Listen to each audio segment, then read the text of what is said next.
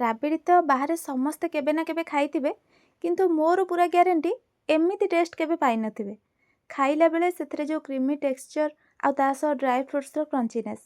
ଆସନ୍ତୁ ବନେଇବା। ଜୟ ଜଗନ୍ନାଥ, ସୁନିଜ୍ ଓଡ଼ିଆ ରେସିପିକୁ ଆପଣ ସମସ୍ତଙ୍କୁ ବହୁତ ବହୁତ ସ୍ୱାଗତ। ପ୍ରଥମେ ମୁଁ ଏଇଠି 2.5 ଲିଟର କ୍ଷୀର ନେଇଛି। ଆପଣ ଯେତିକି କ୍ୱାଣ୍ଟିଟିର ରାବିଡ଼ି କରିବାକୁ ଚାହୁଁଛନ୍ତି ତାର 4 ଗୁଣା କ୍ଷୀର ନେବେ। ଏବେ ଆମେ କ୍ଷୀରକୁ ଟିକେ ଭଲସେ ଗରମ ହେଇକି ଫୁଟିବାକୁ ଛାଡ଼ିଦେବା। ଆଉ ଗୋଟେ ଫୁଟ ଆସିଲା ପରେ ମିଡ଼ିୟମ୍ ଫ୍ଲେମ୍ରେ ତାକୁ ଲଗାତାର ଘାଣ୍ଟୁଥିବେ। ଆଉ ଯଦି ଥରେ କ୍ଷୀର ତଳୁ ପୋଡ଼ିଯିବ ତାହେଲେ ଏ ରାବିଡ଼ିର ଟେଷ୍ଟଟା ଜମା ବି ଆସିବନି। ଦେଖନ୍ତୁ ଟିକେ ଟିକେ ସର ପଡ଼ୁଛି, ତାକୁ ସାଇଡ଼୍ କରିଦେବା। ଆପଣ ରାବିଡ଼ିଟା କଡ଼େଇରେ ବନେଇବେ, ସେଥିରେ ସରଟା ସାଇଡ଼୍ରେ ଲଗାଇବାକୁ ସୁବିଧା ହେବ। ମୁଁ ଟିକେ ଅଧିକ କ୍ୱାଣ୍ଟିଟିର କ୍ଷୀର ନେଇଛି ତ କଡ଼େଇରେ ଏଇଟା ଜାଗା ହେଲାନି। ଦେଖନ୍ତୁ କ୍ଷୀରର କ୍ୱାଣ୍ଟିଟି ଅଧା ହେଇ ଆସିଲାଣି। ଏବେ ଆମେ ଦେବା 7ରୁ 8ଟା କେଶର ଥ୍ରେଡ଼୍ସ। କେଶରଟା ଦେଲେ କଲର୍ଟା ଟିକେ ଭଲ ଆସିବ, କିନ୍ତୁ ଏଇଟା ଅପସନାଲ୍, ଯଦି ନାହିଁ ନଦେଲେ ବି ଚଳିବ। ଏବେ ଆମେ ଦେବା କିଛି ଡ୍ରାଏ ଫ୍ରୁଟ୍ସ। ମୁଁ ଏଇଠି କାଜୁ ଆଉ ଆଲମଣ୍ଡକୁ ଛୋଟ ଛୋଟ କରି କାଟିକି ନେଇଛି।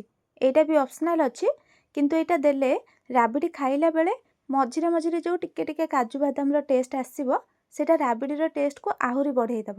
ତ ଏଇଟା ଯଦି ଅଛି ନିହାତି ପକାନ୍ତୁ।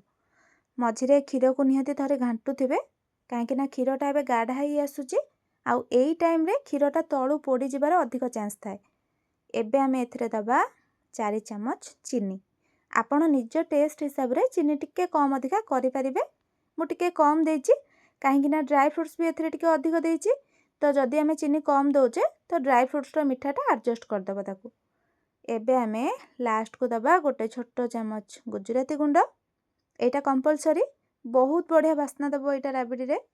ଦେଖନ୍ତୁ ରାବିଡ଼ିର କନସିଷ୍ଟେନ୍ସି ହୁଏତ ଏବେ ଟିକେ ପାଣିଆ ଲାଗୁଥିବ, କିନ୍ତୁ ଥଣ୍ଡା ହେଲା ପରେ ଏଇଟା ଗାଢ଼ା ହେଇଯିବ।